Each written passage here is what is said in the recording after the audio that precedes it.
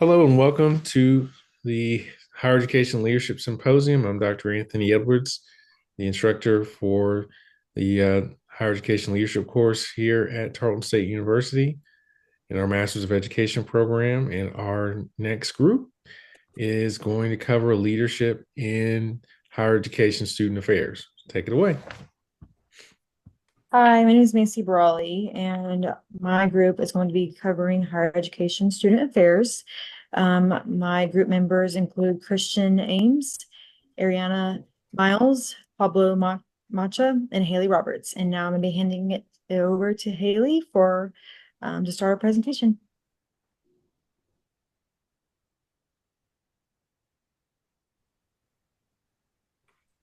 Hi, everyone. So Student Affairs is one of the best divisions in higher education institutions that support students' academic and personal development. Student Affairs is here to create and grow a healthy learning environment with their main goal being all about students and their growth and success. One will see this insight from the division and hear from experts in the field as they promote such environments. And then Pablo. And a lot of the literature that we did research on for learning about leadership within student affairs, the main thing that I want to be focusing on is different qualities that come from student affairs leadership. And in particular, the three qualities that we will be wanting to look at is emotional intelligence, adaptability, and the collaborative spirit. The main reason is because, for one, and when a student affairs leader has to act as a mentor for all intent and purposes. Their purpose is to build a strong connection with their students, to sort of help build them up so that way they can have a good future for their careers, and in the same vein also assist with their fellow peers within the staff or within the departments, making sure that they can be able to better connect with the students and better act within their field. Thus, in many ways, student affairs leadership is a servant leadership style of leadership. And next slide, please. For emotional intelligence, the main importance for emotional intelligence is being able to identify different sort of emotions. These being, if a person is angry at that moment, or if a person is more upbeat, or if they're going through a hard, rough patch in life, being able to identify that and be able to then work with the students with it in that within their emotions can be able to help reach out to them better and build a stronger relation with them. And that's why you have to be able to learn how to utilize emotions whenever you're in a thinking process. And next slide. Next is adaptability. One thing that we'll all recognize is the student bodies within universities are constantly changing, particularly in response to a rise of international students alongside students from different parts of the country. Thus, a leader in student affairs needs to be able to know how to understand the different backgrounds for different students, how to meet them halfway, as it were, and while at the same time also be able to establish a university environment that caters to everyone's particular needs and to be able to make sure that everyone has an environment that they can actually learn in. And next slide, please. And finally, leader in student affairs has to be able to be collaborative and to be able to have a student-centered leadership style. For one, we learned that student affairs encompasses multiple different departments, from recruitment and retention to academic departments. Being able to work within those different departments is something that a leader in student affairs needs to be able to do. And in the same vein, need to be able to better connect with their students, so that way the students actually are willing to participate, and from there they can be nurtured and grow into future leaders. And now I will hand the mic over to Kristen. Just kidding, it's me. So of the resources we observed for leadership in student affairs, they included websites, social media, as well as like professionals within the field. So starting with the websites we observed UNT's Division of Student Affairs, as well as Texas A&M's Division of Student Affairs. And they definitely have some similarities, starting with like resource accessibility. For Texas A&M, it was more like student-centered or student facing as far as like the resources, forms, and things they needed for like conducting meetings within their organizations, creating with those organizations, and then like planning events for them. Whereas on the UNT side, it was more so about like resources for the students' well-being. So offering services like mental health counseling, also access to like career support, engagement programs that they can get involved in on campus. Both websites definitely advertise like the importance of getting involved as a student on their campus. Not only will that help them like grow personally, but also like academically, like having people to depend on and things like that. And then finally, like for these websites, I already said they were like kind of like focused on being like student centered, but also you could kind of see like the structure of the staff. There were multiple like associate directors that kind of like followed the lead of like the entire like director for student affairs within Texas A&M, and you can see like how they kind of like break up their different projects, but also like obviously that communication is important for them to like come together and share like updates about those programs. Next slide, please. So the second, or I guess third, the third resource observed was Tarleton State's Instagram and Facebook accounts. And again, you can kind of tell that the material posted on both of these platforms are definitely like streamlined and like super structured. They were like well planned, well thought out. And they also receive like a high number of like engagement within their staff, or staff with their students. So we know that it's like, you know, making impact within the student body, like it's being useful or used by that population, as well as there is also a focus on like emotional wellness and social bonding. Again, those are like just super important to student affairs because again, like we are serving the student body, and that's kind of like, you know, ever changing, and their needs will evolve over time. Next slide. And the last observations that we made were about professionals within the field. So first starting with Kim Moishner Bartlett. She had 15 years of experience within higher education, working at multiple colleges and universities across the United States. And then also Kevin P. Jackson, who's the Vice President of Student Affairs at Baylor University. Starting with Bartlett, she mentioned or like prioritized these things within her website. So first, like epic leadership qualities. So yes, like really good, but epic stands for enthusiastic, people invested, and curious. That's something that kind of like drives student affairs because again, it kind of like helps foster an environment of innovation and adaptability within the field. That kind of like goes to my next point. And as I previously mentioned, the needs of students are always evolving as well as like the educational landscape. Therefore, like being able to adapt to challenges, crises, things like that is important within this field. And then finally, she did stress the importance of effective communication. As Pablo mentioned, like student affairs works with practically every department because like students come from every department, but also being able to like connect with those people, and kind of like I guess spread their messages to kind of like better serve the student body.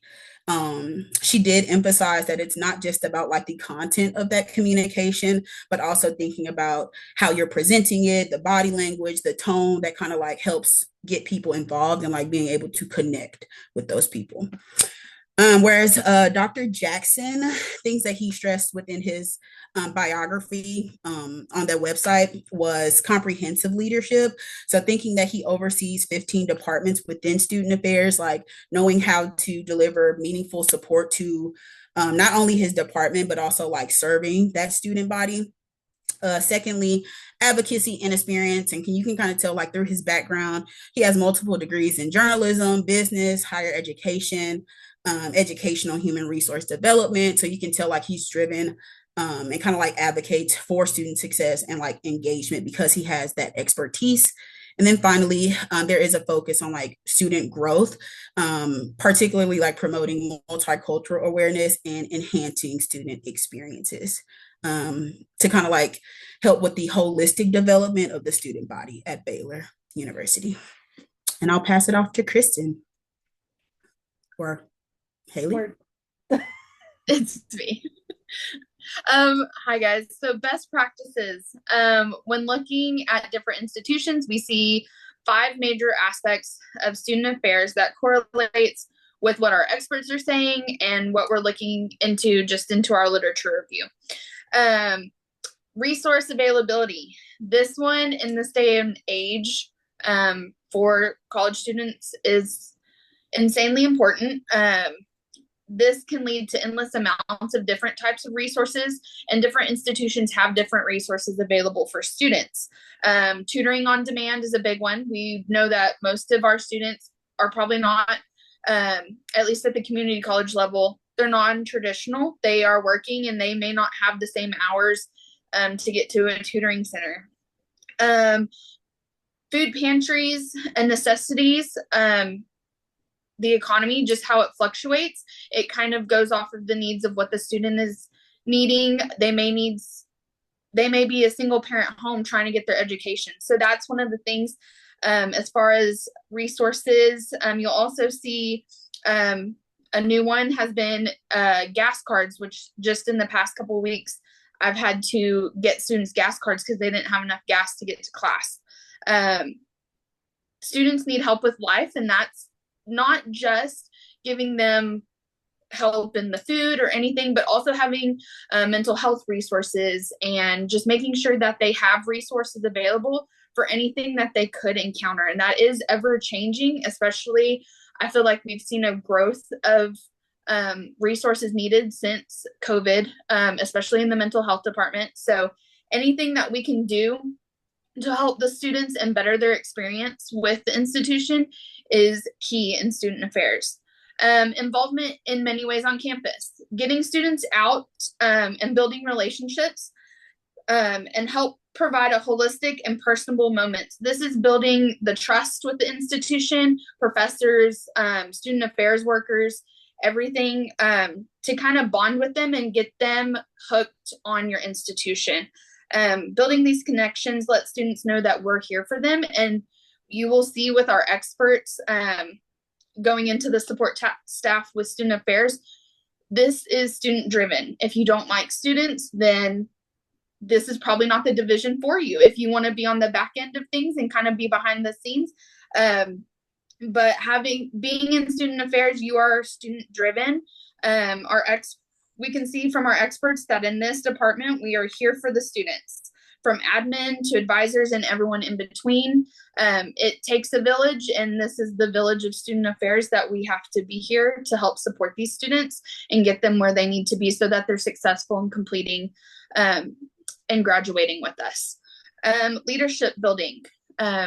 Multiple organizations have leadership within their admin team, trickling down to the support staff and everything.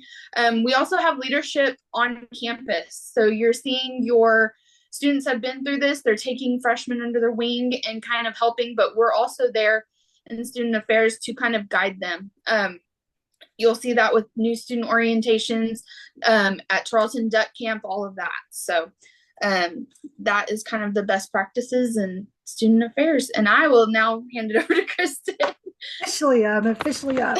Yes. Good evening, everyone. Today I'll be sharing insights gathered from interviews with 5 amazing leaders in their fields, from Tarleton to TCU to Howard College. Our focus was on 5 key areas within student affairs, such as leadership roles, leadership theory, communication, philosophy, strategic planning, and recommendations for future leaders. Whenever within the interview, whenever we started asking them about recommendations, this was the most lively part of the interview. Within the people that we interviewed, their passion was definitely undeniable. Dr. Gordon and Elizabeth Gorman emphasized that you had to be deeply invested in helping students and create safe space for opening up communication. Cindy Smith spoke about the importance of mentorship and encouraging future leaders to stay open to new ideas and continuous growth. If you want to click over to the next slide, Macy.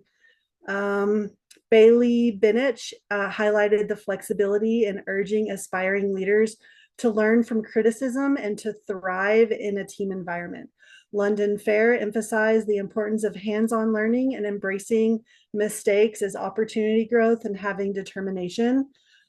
For their collective message is clear: to succeed in higher education and leadership within the student affair umbrella, you have to be passionate and flexible and really willing to evolve, because the culture of our kids is constantly evolving. Next slide. So leadership style, I kind of merged these two questions, leadership style and strategic planning. These leadership theories guides their approach. London Fair and Cindy Smith practice servant leadership, prioritizing their team's their team's well-being and success. They emphasized inclusivity and collaboration, and they really empowered their staff and students to contribute. Dr. Gordon and Elizabeth Gorman apply emotional intelligence in their leadership, fostering a deep empathy and understanding to connect with students on a personal level. By responding to their emotional needs of their teams and students, they've created that supportive environment where everyone feels safe and valued and motivated. Next slide. I will talk about strategic planning. Strategic planning provides a framework for their leadership. Elizabeth Gorman shared how strategic planning is crucial for aligning disability services with institutional goals. Cindy Smith discussed balancing long-term institutional objectives with the daily needs of students at Howard College. Similarly, London Fair explain the importance of including student voices and event planning, ensuring that the strategic plans are adaptable and inclusive. Their strategic planning efforts ensure that institutional goals are met while addressing the evolving needs of everyone. Next slide. So I'll go into a little bit about their leadership roles and their position. Dr. Gorman is the director of intercultural centers at TCU. She advocates for marginalized students, ensuring that their needs are met. Cindy Smith is the chief officer of student success at Howard College. She oversees services and leads a team to provide academic support. London Fair is the assistant director in student connections at Tarleton, and she organizes student events and communications. Elizabeth Gorman is the director of student accessibility services, and she advocates for students with disabilities. Next slide. Thank you. Their leadership roles are diverse, but unified by their commitment to student success. They share a common commitment to advocacy and student success and collaboration. Their work is marked by flexibility and passion and for marginalized groups and to just help students succeed. Communication was definitely the biggest one. It's Dr. Gordon stresses the importance of over communication and working together and hearing the voices of all students. Cindy Smith and Bailey Benich emphasize face-to-face communication, stating that reading body language during interactions builds trust and reduces miscommunication. London Fair talks about how communication within your team is the same emails and texts and phone calls, but when she takes it one step further and talks about communications within communicating with students and how the adults are having to evolve to be able to use social platforms in order to reach out to their kids. I think that summarizes I'm sorry, I forgot to tell you this. Next slide.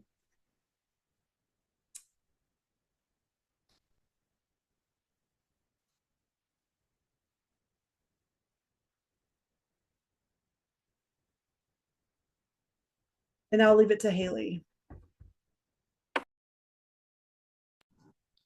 Okay, so the goal of student affairs is to achieve the educational mission of their institution by focusing and developing the environment in student learning and helping their students by providing them resources to be and remain successful. And then I think here's all of our references that Macy so generously put together and alphabetized for us. And then if y'all have any questions.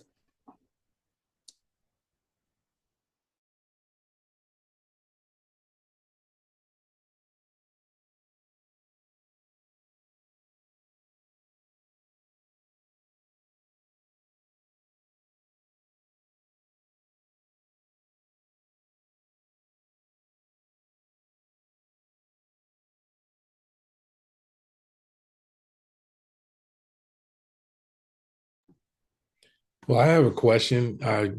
We spent a lot of time in this course talking about leadership theories. I know you all mentioned situational leadership and servant leadership. Um, what were some maybe examples of, ways that maybe situational leadership or transformational leadership or other leadership theories applied to student affairs?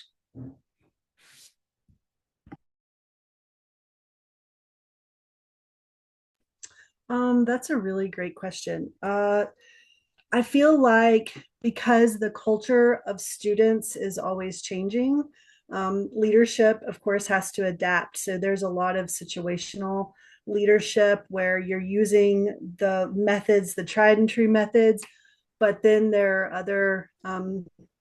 are other leadership roles that come into play. You want I can't remember the name of it. What is the one where you have a new team that comes in to offer more advice? It's on the tip of my tongue. I apologize.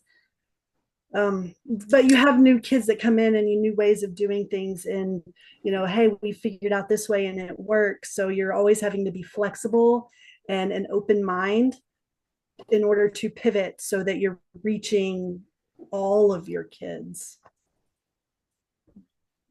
I also know specifically in my interview with London Fair, she mentioned that like she holds her staff or like her team to like the same standards of like if you see, or this is just the example she provided, like if you see someone who's like on our campus and like this is new to them and they're like wondering where to go, like that servant leadership of like getting up and guiding them to the right place.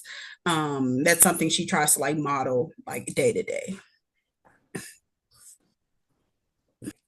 I think with working in student affairs, it just naturally goes to the servant and just being able, I mean, we're servicing students. So serving and being a servant is one of the main things. And so I think it's harder to kind of integrate those other leadership styles because we are so student driven and making sure that they're good to go, that they're being serviced, whether it be mental health resources or anything like that.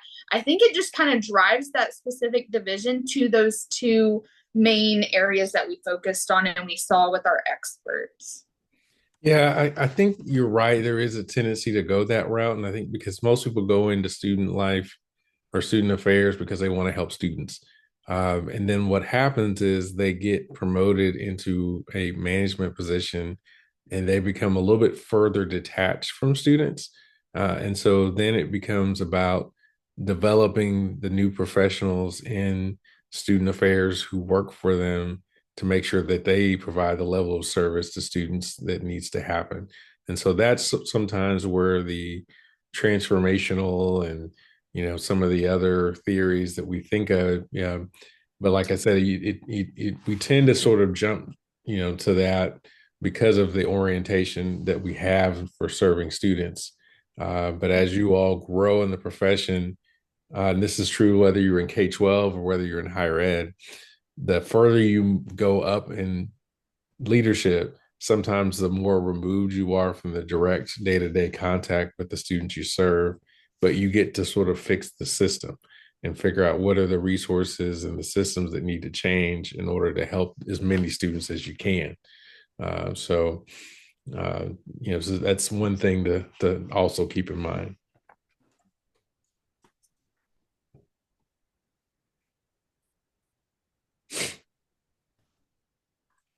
I'll ask a quick question.